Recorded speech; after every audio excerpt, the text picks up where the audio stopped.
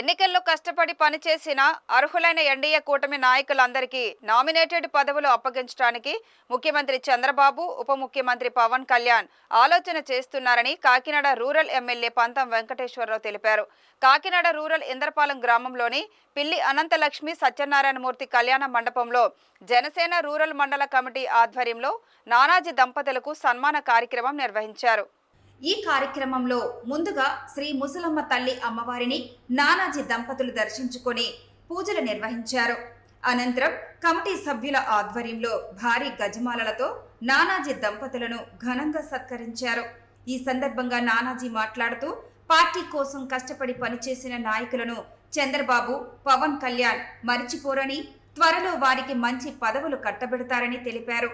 ఆసక్తి గల నాయకులు తమ అర్హతలను బట్టి మంగళగిరి కార్యాలయంలో దరఖాస్తు చేయాలని సూచించారు.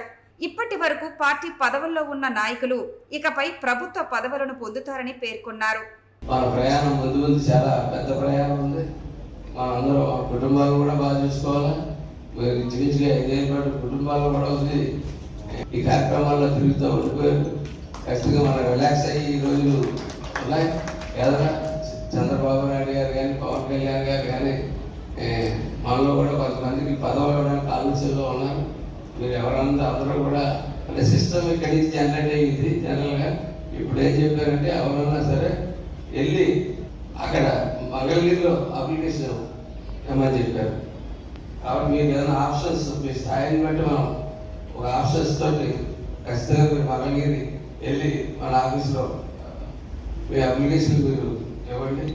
ఖచ్చితంగా నాకు తెలిసి పెద్ద ఎత్తున అందరినీ కూడా సాటిస్ఫై చేసే ఆలోచనలో ముందుకు వెళ్తున్నారని చెప్పి అనుకుంటున్నాను. పూర్తిగా వాళ్ళ స్థాయిలో చేస్తూ ఉన్నారు.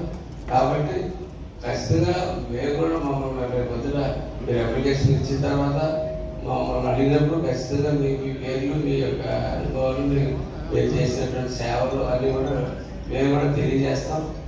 కాబట్టి అలా అవి ఒక ఇంకా లోకల్గా ఎలాంటి పార్టీ పదవులు చేశారు. ముందు మీలో కొంతమంది ప్రభుత్వ పదవులు చేసి అవకాశం ఉంది. ఖచ్చితంగా అవి కూడా మీరు చేపట్టిపోతా ఉన్నాం.